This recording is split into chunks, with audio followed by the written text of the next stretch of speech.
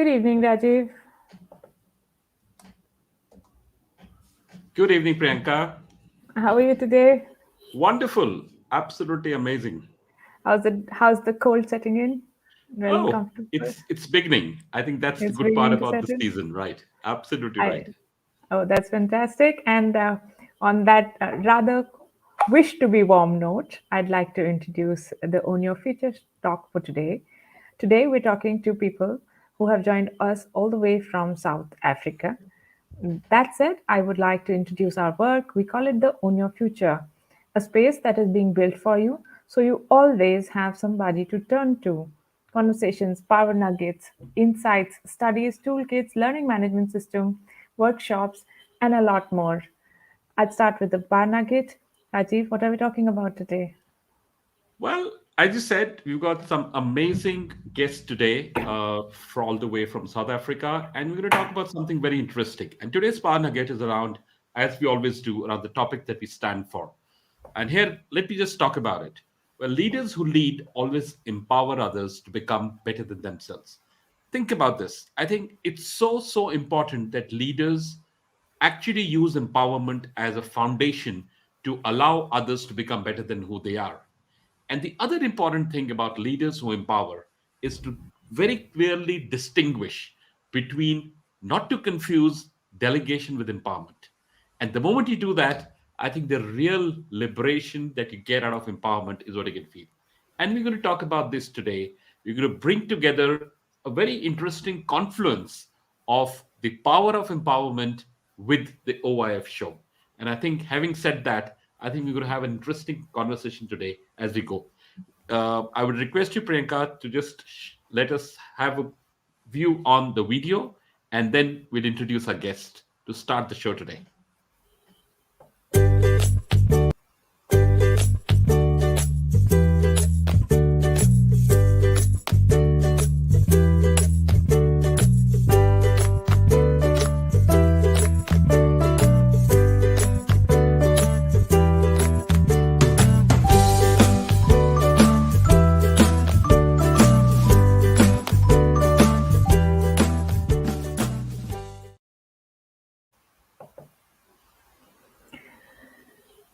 Good evening, Dr. Well, Usha. Good evening. Well, here we have two wonderful ladies, wonderful human beings as our guests, special guests for this show today.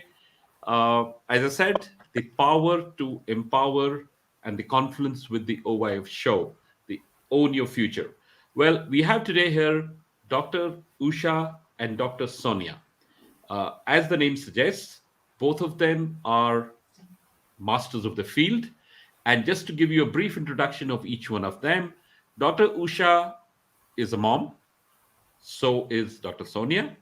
But more interestingly, Dr. Usha is an ex parliamentarian and now today is committed to a lot more than what she was doing. And we'll talk more about it into what she has as a journey and what she's really headed for as she sort of unveils a lot more about who she is and what she stands for. Dr. Sonia, a professional psychologist. So let's all be wary of the fact that as a psychologist, she probably can tell us a lot more about what people think about, what we think about. So we're going to have an interesting conversation again with both of them and understand a little bit more about the power to empower and how best you can own your future through that.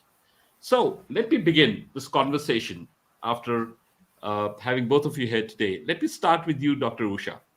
Uh, well, something that comes to my mind is that when you're not a parliamentarian and when you're not a mom, who is Dr. Usha?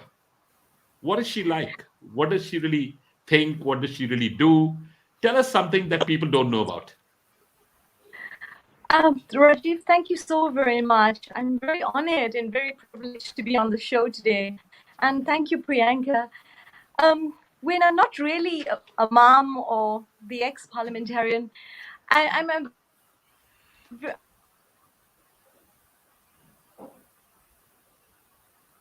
Got an audio break, I believe. This seems to be. Yeah, we've had a the little. core We have self. a. I'm somebody who's very passionate about life. So apart from my professional life, I love to cook. I love floral art. I love to paint. I also write a lot of poetry. I love to garden. So with the cooking, I also love eating. So yeah, that's me as the non-professional. But I'm very passionate about humanity. I'm very passionate about what I see happening around me. And I'm always looking for ways where I could uplift and help people rise. You know, that's essentially me, the core, Usha. Wonderful. I think so. Great, That is so beautifully put. great. And you know what I liked about that whole thing, Thank you. something being a foodie, that you don't only cook, you eat also. So I like people who Yeah, cook and eat. So that's we wonderful. I both really do. like that. Yeah, exactly. I think that's something really fabulous about it. And And before we Rajiv go, likes to and Rajiv likes to make the world a parallel between food and everything that he tries to teach the world. So believe you me, Yeah. when you're in a coaching session with him, there'll be these amazing references to food, and you would be Ah, surprised to know how well the two marry. Oh, ah, yeah, definitely. because if there's no food, there is no life. If there's no life, there Ex- is no future. If there's no future, there exactly. is no life. So Yeah. simple. Exactly. Anyways, wonderful. Well, thanks for that, Priyanka, for introducing me to food. I'm already hungry, by the way. But anyways, let's keep that aside. Okay. Well, Dr. Sonia, interesting thought for you to sort of ponder about. If you were not a Mhm. psychologist, what Mhm. would you be? And also, whatever you are today, tell us a little bit about the journey as to why Absolutely. you chose what you become and who you are in this point in time. We would love to hear that. Absolutely. Firstly, namaste, pranam to you, Rajiv sir, and to you, beautiful Priyanka. It is such an absolute honor and privilege to be on your show. And thanks to everybody that's been joining in. I can see all the hellos and the highs. I mean, love you guys. Thank you so very much. Rajiv, Priyanka, my journey has not been a straight line. Well, I guess no one's journey is. And, life is not linear. There's no map, there's no compass. And mine has been completely zigzagged. And, everybody's journey is unique, it's different, there's no solid line. Firstly, I had a deep passion for psychology. And then I completed my doctoral research and I graduated with a PhD in psychology. And I worked at many NGOs and lots of companies on a voluntary basis from the beginning. And that led me to start a very lucrative private practice. And in my private practice, I focused on adults, adolescents, children. And believe it or not, my focus was on stress, anxiety, grief, bereavement, post traumatic stress disorder. A career I loved immensely, and I still do.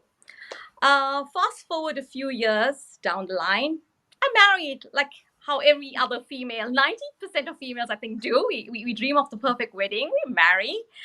And with marriage comes the maternal instinct. And I had this deep maternal instinct, especially during the first year of marriage. And sadly, I suffered 3 miscarriages. And with anybody that's been through loss, especially during this time of COVID, we go through these different stages of grief. We go through the denial, the shock, the anger, the bargaining, the grief, and then the acceptance. And I got stuck at a point of anger where I questioned God, why me? Why did this happen to me? And I began to despise myself and this body, thinking, how could I not? How could this body not allow me to conceive, to carry a baby to completion? And, I prayed, I waited upon God, and I went to medical science. Usha's husband is one of the most affluent gynecologists and obstetricians in KZN. We tried every treatment, the Rolls Royce of infertility treatments. Nothing worked. And it came to a point where I was tired physically, mentally, psychologically. It was anguish. And I just said, God, if it's your will to happen, it will happen. And miraculously, my son, Setrayan, was born. And beautiful is my life. He's 7 years old now, Rajiv and Priyanka. And so he was my joy. But marriage, it led to a very dark, bleak chapter in my life. And then I became on the opposite side of the equation. In a blink of an eye, my whole fairy tale world came crumbling down. I was waking up with this brand new identity. instead of being the psychological expert, you would know, Rajiv, you're a life coach. You're supposed to have all the answers to the questions. You're supposed to have all this tough exoskeleton and know what's happening, know the life skills, the coping mechanisms. Suddenly, I became the grieving victim. I felt totally overwhelmed on this journey. I felt powerless. I went through mental pain, legal, financial, spiritual, and I was faced with this enormous mountain that I had to climb. And there was times when I must confess I felt completely helpless. There was intense humiliation, Priyanka. Being a female, especially being ostracized, to be divorced, and to be stigmatized. I left my matrimonial home. It was a beautiful mansion with all the comforts of having helpers, drivers, gardeners, and it came with with all the luxury trimmings. And I laughed. I laughed just with my baby and just without clothes. Not an appliances, not an ornament, not even a single cutlery. I just laughed because life became it was torture and torment and abuse for me, and I didn't want my son to be exposed to that, so I laughed. And yes, I felt this immense, never ending frustration. And there were moments where I found that I was despondent, I was lost. But I looked towards my son and my family, especially my sister, who and my mom. My dad's actually late, who needed me, and they always told me I have this fire within me which I need to fight. And that's what I started to do, Rajiv and Priyanka. I started to reintegrate myself back into my psychological career, because remember, when I married, my ex-husband then was a businessman. So after having a baby, after all the miscarriages, I stopped working. So it was difficult to reintegrate yourself back into the working arena because people forget about you.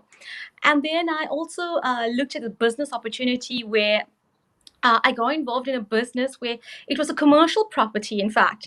And I developed it from the ground, excavating a field I knew nothing about. We were completely illiterate. Usha and I we both helped each other. We had to know about project management, engineering, architecture, and two things happened from that. It was during a time of COVID, and last year we were on lockdown level 5 in South Africa, where businesses closed, especially the small business, even the medium business enterprises. And this building, the commercial property, it thrived, it survived through that period. So much so that it was able to feed people. It has a school, it has a literacy and a book room, it has a feeding scheme where it was able to survive and thrive through the most worst of times. Even July this year, we had riots in South Africa. It was a period of unrest, a period of violence, and our property was able to provide meals and hampers on a daily basis. God knows how it provided, but it did. And the people there, the male folk from the soup kitchen, from the school, they became like vigilantes. They protected the area and the people surrounding it. So that was our commercial property. And then I started to reintegrate myself back into the psychological career because Usha told me, you build this property brick by brick, and like that, you rebuild your life brick by brick. And why don't you help other women out there, other women that completely need you? And that's when we gave birth to Power to Empower. So my journey has been zigzag, Rajiv and Priyanka, but that's where we are right here today at this moment in time. I'm very grateful to you for having described that journey, because for a lot of people who come, firstly, I must congratulate you for the courage that you carry Oh, within, thank and you. that it is Thank you. it's and while a simple question to a lot of people is that you know so you had it all, and what could I possibly did. go wrong? And it's everybody's own personal journey as to what went wrong and how you put it back together. So congratulations on being able to Thank identify you. and build that back for yourself. I think your story does remind people that even for those who have it all, do tend to find spaces where you're lost and feel left out. So Absolutely. I think that's the message that I would take away from your story, Dr. Usha. What brought you to politics, or what brought you to a space of work which is actually more about serving others than yourself? Priyanka, my story is also a different story. I think we all have come with different stories, different journeys. And mine is actually an ironic one because I was doing my PhD in women in politics, and the last space I wanted it to be was a politician because I always thought they were vicious and they were liars. So I wanted to stay clear from that zone. But somehow, some way, we can plan our life, but somebody else, a higher power, This, comes and rearranges the checkered board. So I wow. was finishing up my PhD in women in politics, and I was offered a researcher position for the opposition party in KZN. And so I started writing speeches for the then premier of the province. And they kept telling me, you're going to be writing your own speeches. It was almost like a prophetic word. And 6 months later, the 1999 elections come into being, and I'm placed number 7 on the list. It's a guaranteed seat.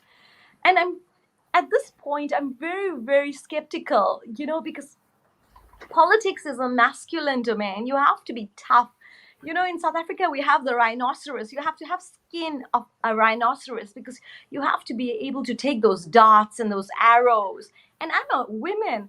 I'm an Indian woman, and that changes the whole game. So I get into politics, and I'm in the KZN legislature. We have 9 different legislatures. And I settled myself there. And within 6 months, I'm called by my president and told, you need it in the National Assembly. That's where your skills are. So I leave my family and I go to the National Assembly, which is in Cape Town. And so that's where my political career begins, in that political space. But life, you're a woman, you get married, and that's what I did. And then a child comes along. So what happens is you have a family and you have a job. Now work for me is in Cape Town. So I'm spending 5 days in Cape Town and 2 days at home. And I come back home to a baby, and she starts to suffer with separation anxiety. And Priyanka, you're a mom as well. So they want their mom 24/7. So I speak to my president, and he tells me, wait for the next election. We're going to send you to KZN. So I go to KZN in the next election. And here I'm the shadow minister of health. And this comes with a huge responsibility because I'm supposed to travel to the length and breadth of KZN. And in being in KZN, I thought I'll be closer to my family. But then, like Sonia said, life's journey is not easy. It has its detours. It has, different hurdles. I couldn't continue traveling anymore because parliamentary job is such, you're a political figure, you're a public figure. Your life is out there and you're being paid with taxpayers' money. And you have to attend every meeting. You have to be visible. You have to be vigilant. You have to have oversight, and you have to monitor government policies. So it became very difficult because I was trying to be a good mom. I was also trying to be a good politician and a good wife. So in that mix, you realize you can't clone yourself. You can't be everything. And I had to make some tough choices. And ultimately, it comes down to making a sacrifice. So having one child, one daughter, and I said, I'm never going to have this opportunity again. So I resigned from my parliamentary job, and I decided to become a full-time mom. And I was called by the premier again and asked if I want to come back. And I said him, no, this is my chance of being a mom. And that's when my political life ended. And I said, I had 14 years. And sometimes in life, you have this intuitive feeling. You'll know when the journey comes to an end. You know when the chapter closes. And so that was my political life, Rajiv and Priyanka. And that's where I ended it. And thereafter, I started to become more flexible because I think that's where balance comes into play. Yeah, Your I just journey. want to say one thing, Priyanka, just before you sort of go forward, Mhm. because it's just caught my attention here. Uh, uh, Dr. Usha, one thing very fascinating about your story, and I think I must sort of share that with you here, is every ending is a new beginning. And that's the power of every ending. If there are no endings, there are no beginnings. So just think of that, and that's probably what you're actually doing. That's exactly what you're living. So congratulations to I you for what you do. I have to Thank jump you. in because Dr. Usha, your story is so much like mine and a lot of people that I know, Yeah. and it doesn't change irrespective of which longitude or latitude that you are at. It doesn't change at which cultural background that you come from. It doesn't change which city you live in. It Mm, definitely doesn't change which continent or how many seas apart are we. But the fact remains that I can start bragging about the work that I did and the accolades that I gathered for myself, but the story is the same, and mm, um, and which is why we want to talk about Own Your Future, with, and bring about stories to share to the world that your story is not the only story which hurts. And of course, with the professional space and the love and affection of glory of, a public life with nominations, with you being put on a pedestal is all great, but there is home to go to, and yes. that home needs you in person, physical flesh and blood, and that Exactly. doesn't change. And it doesn't change from the fact that it's your physical presence will make a difference to two lives or one life that you brought to the world. So congratulations on having made that step. I'll ask you something personal, and you can most certainly skip that answer in its honesty. uh, does it still irritate? I don't think hurt is the right word, but does it still irritate you that the choice that you had to make in those days is the choice that it was? It does, Priyanka. At times I always ask myself this question: what if I made a different choice? And like Sonia said, with the husband being an obstetrician, he always told me he had lives to save, and I had to be the one to sacrifice. And I always tell him, jokingly, the other women come first in your life. So I do feel that way. Yeah, I do. But if you ask me if I have any regrets, no, because I've watched No. my daughter grow up. Yeah, I Yeah, have watched no. her. I would Yeah, I and would run the risk of telling somebody else the same thing and be kind of quite literally disliked by them for saying it. But yeah, yeah, no, you wouldn't I wouldn't advise any different, and I would still yeah, advise them to get irritated about it. So, yeah. Because Priyanka and Rajiv, I'm the one that always attends every concert, every award ceremony. Rajiv knows this. So yeah, it's always the women that are the sacrificial lambs, unfortunately. yeah, I understand what you're saying. Hmm. So, do you want to talk about your work, Dr. Sonia? Do you want to talk about the foundation, and do you want to talk about what is it that you're trying to encourage and highlight?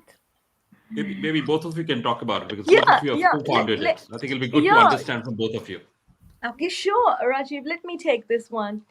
Rajiv, after the stint in politics, and I served on boards, and I was also called by women all the time. I was constantly getting calls, about assisting them, about which doors to knock, how to access grants, how to legal rights and things like that. So I was inundated, and they kept asking me for help. And I said, you know what, this is a space, and this is a space I can work in. I can still continue to assist women because they were still crying out for help there.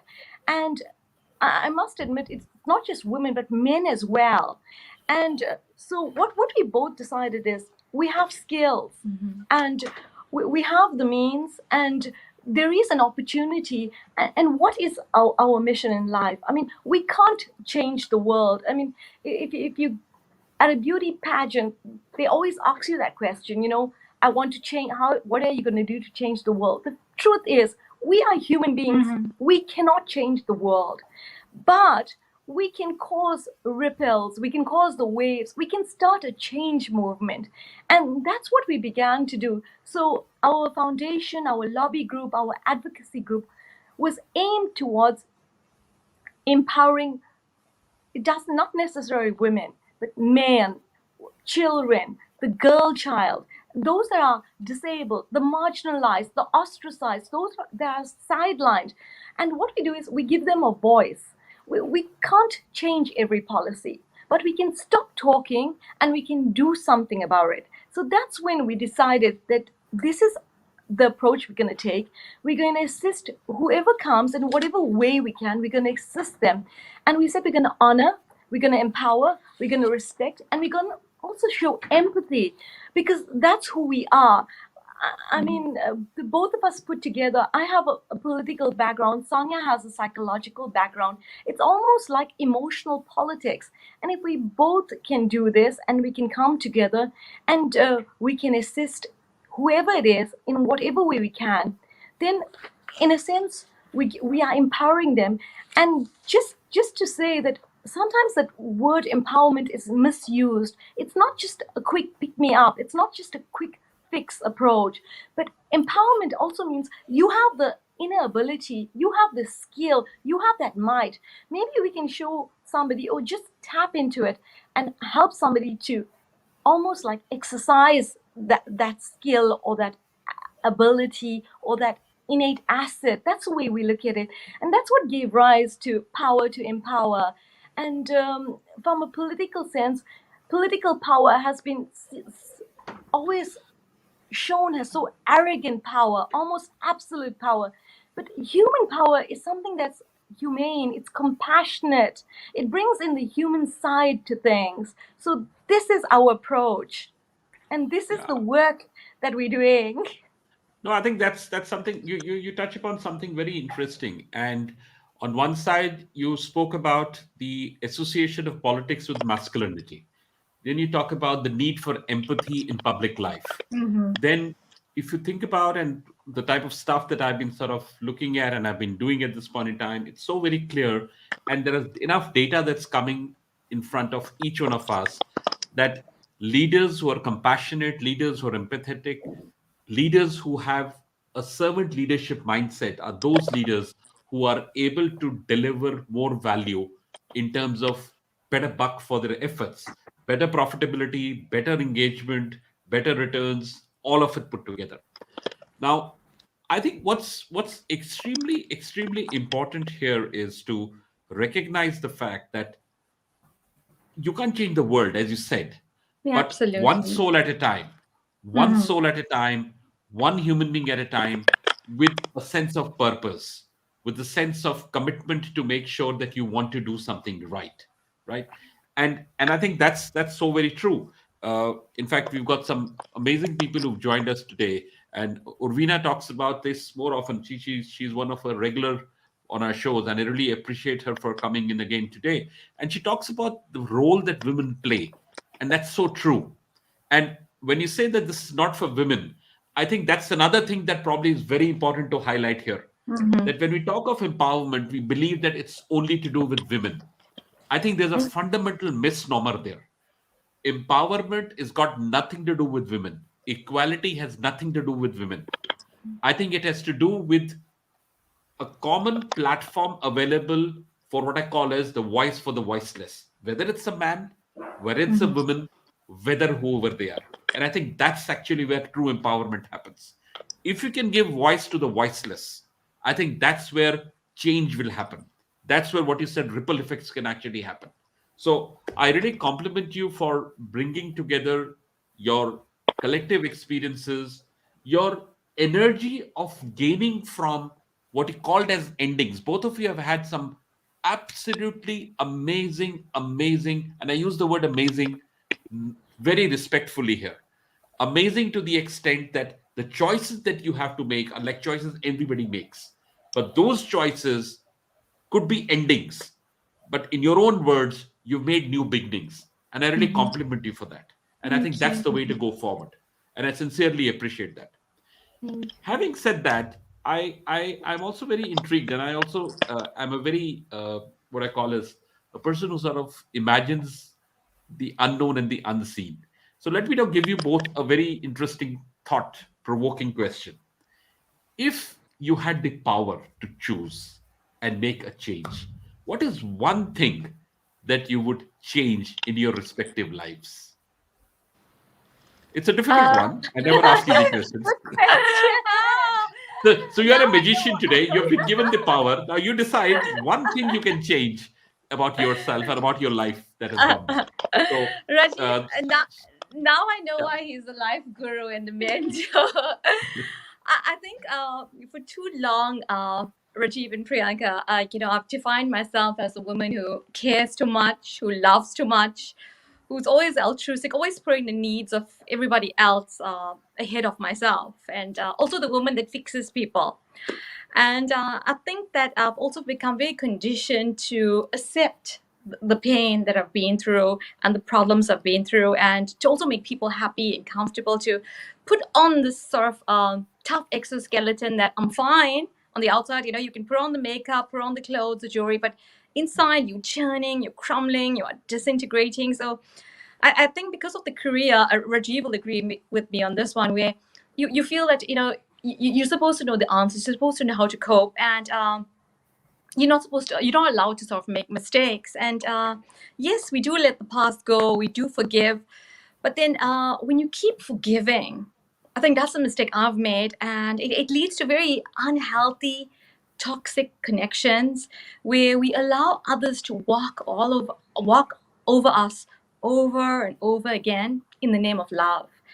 And I think we let people, I especially let people take advantage of me. And, I give them infinite opportunities to walk in and out of my life like a revolving door. And then I start all over again. So, Rajiv, I think that is a mistake where I've made, where I haven't set concrete boundaries in my life. It's been shifting, I think. So if there's anything I'd like to change, it'll be that. But other than that, through all the negative experiences, I think it's brought me to where I am today. So I'm happy for that. I'm thankful and I'm grateful for that. Yeah, that's me. Wonderful. Beautiful. Rajiv and Priyanka, this is like confession time. No, it is not. It's honesty time. Mine is actually two ways, and I think this is going to resonate with Priyanka and lots of women out there. It's that guilt complex. Oh my God, it's become a permanent resident in my life. That's the only way I can describe it. It's that guilt you feel, the mom's guilt inside. I have to attend every award. I have to be there. I have to be number two in that parking lot. It's that mom's guilt. Yes, I'm being brutal, I'm being raw, but that's that guilt all women. The meals have to be perfect, every course, everything has to be meticulous. And sometimes I border on perfection. And when you try too hard, and sometimes things just all fall apart. And that's it. I mean, Sonia is a psychologist, but she tried many a time. Many times. I guess, a myriad of times. This is just the way I'm built. It's like mother's complex, the guilt, and trying to do too much for everyone and trying to be a perfectionist. I wish I could change that. Trying to get a perfect picture, trying to get the perfect mic, the perfect movement. I don't know. Yeah, I wish I could just break that bubble, break that mold.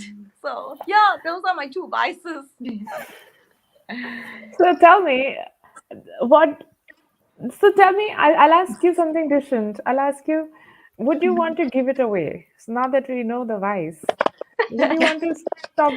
Because is it? Have you reached that stage in which you can say it's okay? The pasta is not tasting like the Italians, and that's okay for today. Next time it might. But are you willing to? Sonia will tell you, if I'm making a garlic naan or a garlic paratha or something, or if it doesn't come out right, oh my God, I'll just leave the kitchen. And then she'll say, no, just make it, it's fine. She'll even eat it if I'll even it's eat terrible. it and tell her it tastes good, but it usually always tastes good. It does. Yeah, I think it's interesting. I think you're getting a lot of people appreciating your honesty, your vulnerability, your truth, Yeah. and a lot of respect coming in. And I can we have see that. Lakshmi here, and Lakshmi has been a Yes. wonderful person. I've been sort of Yes. interacting with her, and she comes up with some fabulous Yes. insights. And Yeah. I haven't got a chance to speak to her yet, but I tell you honestly, She really comes in with some absolutely fabulous insights, and she continues to do this on this show. So thanks, Lakshmi, for joining in and for sharing your wisdom and your insights. I really appreciate that. Rajiv, I have another confession. Lakshmi and I exchange recipes as well. Ah, wonderful. Wow. We also have Shaharat here. Thanks, Yes, I Shaharat, for can. joining us. I think it's wonderful to see you on the show. Uh, well, I think it's very fascinating to hear your stories. And sorry, Priyanka, to jump in, but just to sort of uh, bring in a very interesting part. While you talk about these as what you believe you can change and you believe you want to change, but you know one thing, the biggest strength that any individual can have is by recognizing what you are and what you can change, right? And I think that's something which is so real about it. And one thing that I've honestly seen and I've honestly noticed about you two wonderful human beings, and that's what I said in the beginning, is that your biggest courage, your biggest strength is your courage of vulnerability, and just that is something which makes you who you are. So God bless you with that. Over to you, Thank Priyanka. you. I want to go back to the comment section and acknowledge as many people as I can. And Oh there have been lots of them. yes, there's been There's so Rakesh. many.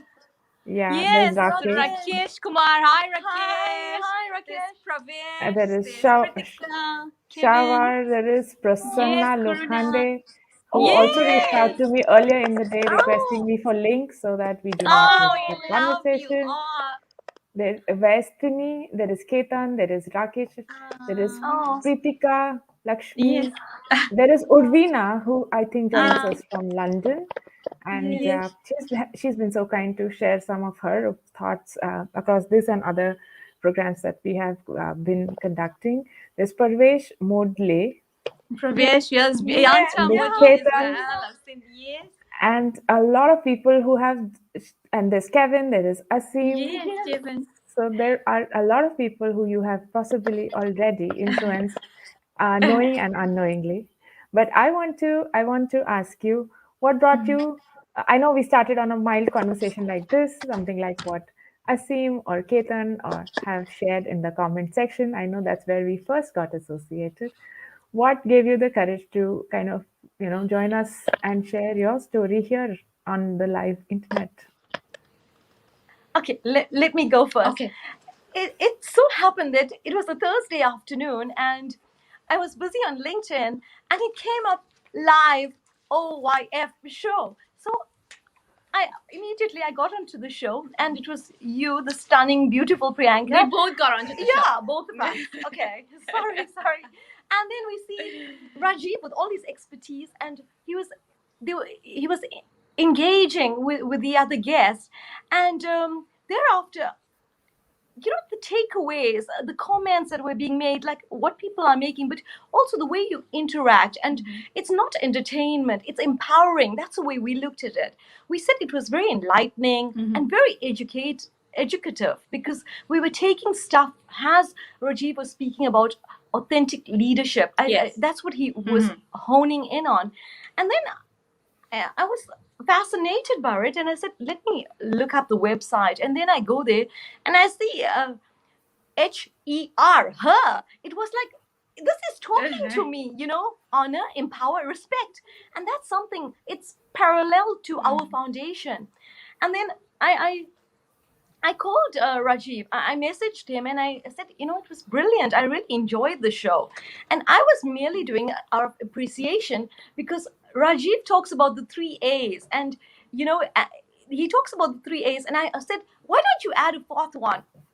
Appreciation, because I'm appreciating you because you are intentional and you're authentic, and what you see is what you get with both you and Rajiv, Priyanka. And there's so many filtered fakes out there, and what we see is the genuine. So that's how we got engaging. And even in our interaction with Rajiv, we found that he never had a show with two of us, and he even obliged. And Yes. And I can add a fourth A for Rajiv for being so articulate, and yourself, Priyanka. So we're adding to the A's, and from a we admire you. Yeah. And Oh, from a that's psychological perspective, for the both of you, it's not just a talk show, but you're also very great observers. You can see by your non-verbal cues that you're very engaging, and the active listening as well. And both of you, you display empathy. We listen to the person, and you also have this non-judgmental attitude, and which is what we love. And this eloquency that we find coming through, and also somebody to mentor us. I mean, even us as well, we need mentors. We need somebody who gives off of themselves, and we found Rajiv does that. He's a humanitarian in himself, where he's also a global figure, a business leader. And I mean, he's a guiding light out there for people, where he makes it easy, where people are able to achieve their goals. And apart from being the coach, the mentor, the global figure, I mean, he can be an ambassador for life coaching as well. So we were very excited when we got onto the show, and we are so privileged to be here as well. That's so kind of you to share so many nice things. But what I like to take away from that is that the internet, we might do whatever we might do, but the internet is a mirror, and the feedback is your mirror, is your Yes. hand mirror. So when we first set out, and this is something which I guess is not prescripted, is that when we first set out, it is almost amazing how actually me and Raji live in different cities most Really? of the Okay. time, and we got talking over a different project, and then uh, we realized that there are things that which are not common in terms of interest, but how we approach a matter is common to how we both approach a matter. And and that's where the first signs of interaction and connect really started, which I want to now extend to the fact that is what is called web presence. And I want us to understand that the internet is this amazing place where you connect not just for the look of it, but also for the interest. It's almost magical, and that's a field that I think I'm going to encourage Sonia to study further, as to how people with similar interests are being able to get Well, connected, get talking. So yeah. that's a field that I would, if I were to do a PhD, I would take up, because it's almost uncanny. I have to share some of our successes that we have had recently. We were able to connect people who sitting in I live in India. Rajiv lives in Yes. India too, but in a different city. We were able to connect to people, one from with an African background, currently living in Finland, and the second person from an Indian background, currently living in Canada, to get together, and that was a commercial transaction that was beneficial for both. So own your future is also creating a space in which, when you're able to kind of meet the person, meet the personality, more importantly, you're now able to build some sort of a trust factor. So it's a good space to kind of explore and understand for all ourselves. But it's almost uncanny how interest comes to be the pedestal and the central focal point before you can even get talking. Otherwise, it's always good to be skeptical on the internet, that God only knows who you're talking to. Am I safe? Am I Correct. doing the right thing? Am I associating? Or am I just blindly walking into an open dead trap? And that's really the trust factor, which I think the internet is able to put out there. Like Urvina, um, she has some wonderful things to say. I'd love to chat up with her. I've not met her in person as yet, but I already like her a lot. So Yeah. that's what makes this world a small world.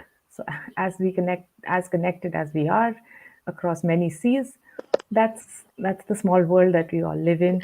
And building trust amongst each other, helping all of us grow together, is probably a good way forward.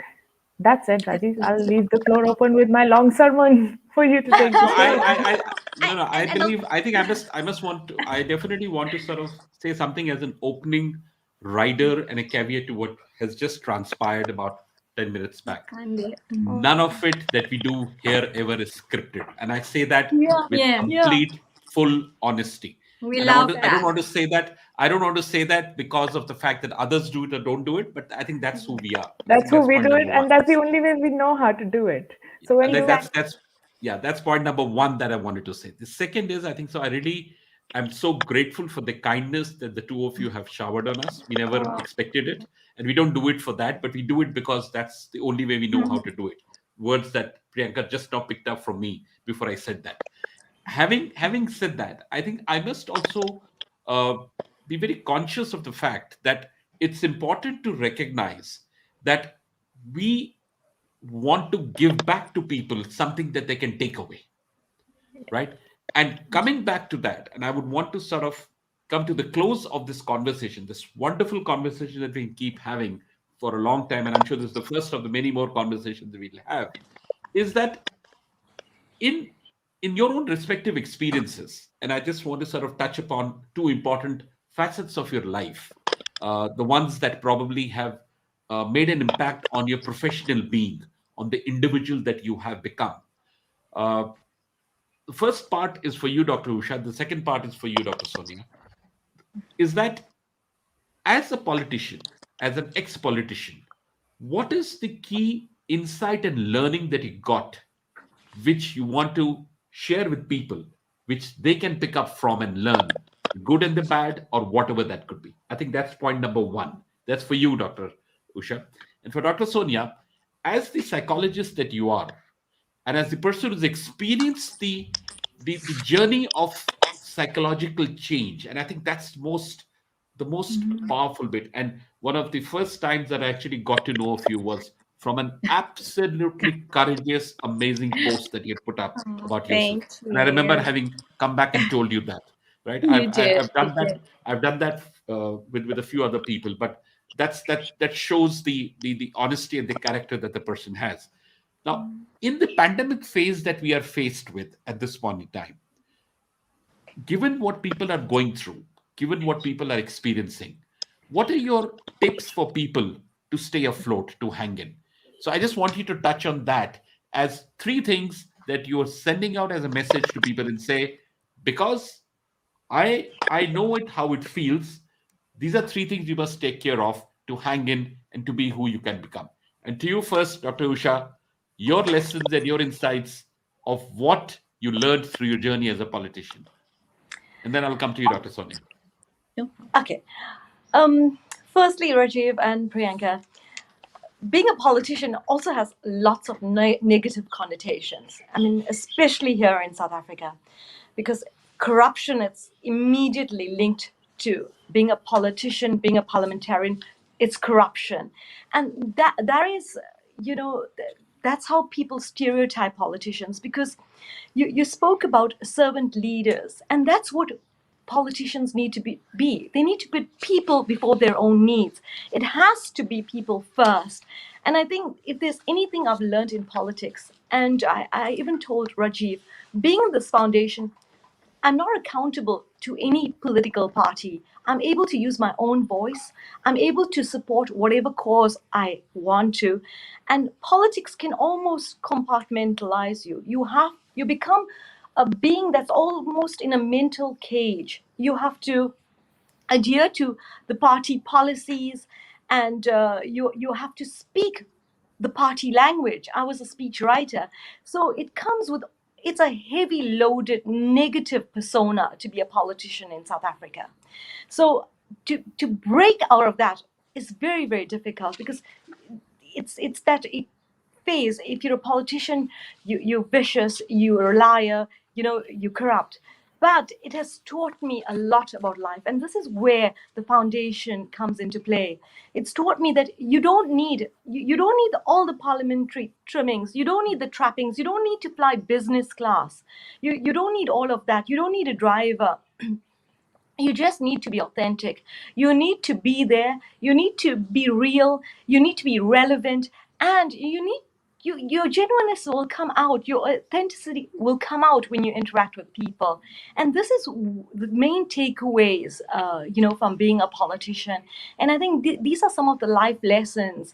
And if there's anything I want to leave with people is, always remember, you're limitless. You're unstoppable. Yes, we all have a past, but we can't live in the past. And let us not be blind to the injustice of the past, but we need to be forward, and we need to own ourselves. And that's what the OYF is essentially about. So, yeah, Sonia. Wonderful. Rajiv, wow, I love all these messages that are coming through. Thank you so much for all the love from everybody. Rajiv, from a evolutionary psychology perspective, our human mind's main goal is where we tend to want to protect ourselves to keep ourselves safe, especially in the time of COVID, the pandemic. And you find where the focus is on resiliency. And resilient people, they tend to believe we believe that problems and challenges are going to occur in life. Suffering is part of human existence, and suffering is unfortunately inevitable. And knowing this helps people stop feeling discriminated against. That, why me, why is this happening to me, why did I have to get COVID-19? So the first step is that accepting that yes, the problems are going to occur, the challenges are going to occur. Number two is that where people have what we call benefit thinking, where you keep sort of a gratitude journal and thank God for all the things that are going right in your life rather than all the things that are going wrong in your life, where you use this opportunity to strengthen and foster the time to reach out to loved ones, to reconnect with people who once you felt so far away from, and to use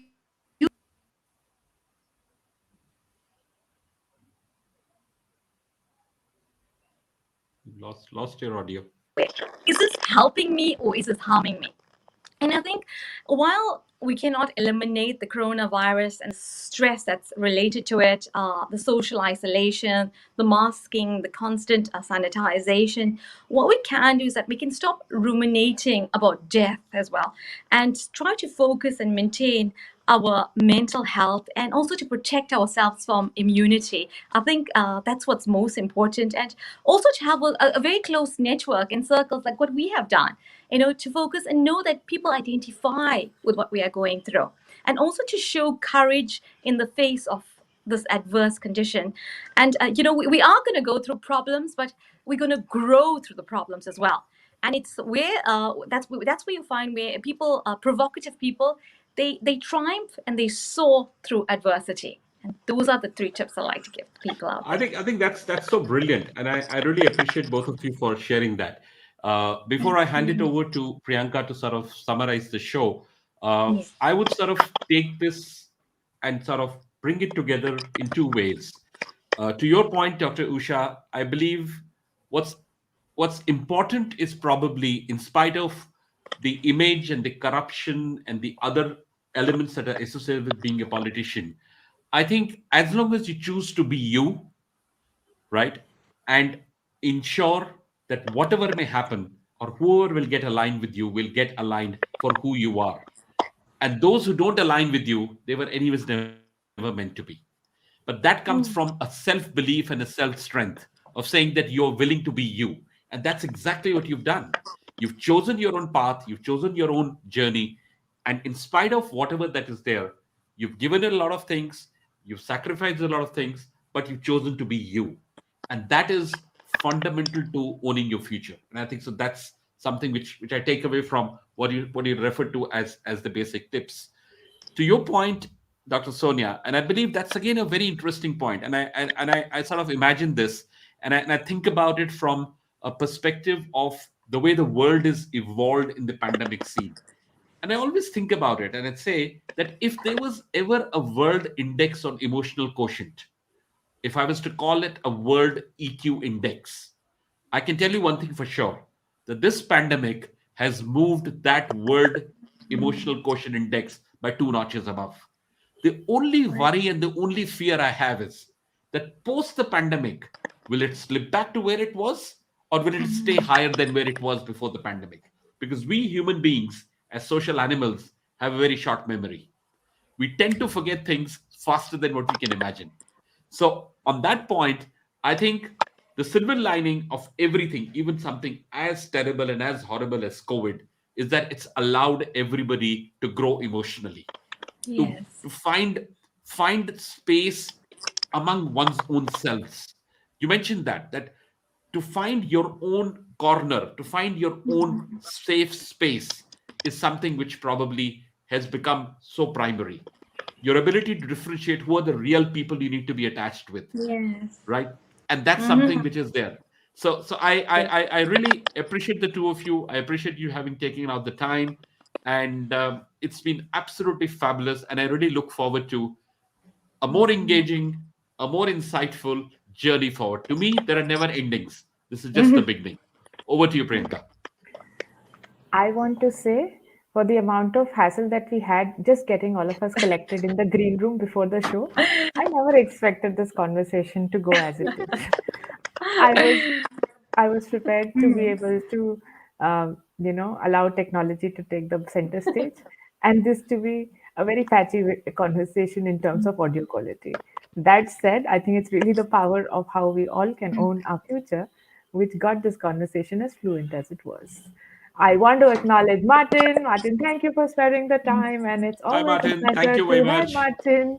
And please connect with these two wonderful ladies and share your work. And I'm sure the things that you guys can do together.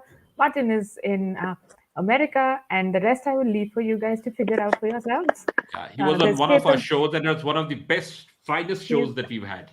So you must yes, actually connect with with him. You a must connect with him. dancing video. Martin is great. There's Ketan who's also sharing his views, and I shall bring that up before Oh, I thank close. you. Thank you, Ketan. Thank you, all the people, for your Yeah. beautiful It's comments. been It's one so busy chat Yeah. box heartwarming. here at my end, and I'm just so happy that it is. Let the chatter continue as we log off, and please connect with each other, see what you can do for each other, monetary or not. It's just a nice place to grow together. God bless all of us. I'll Thank you. close the broadcast now. Thank you for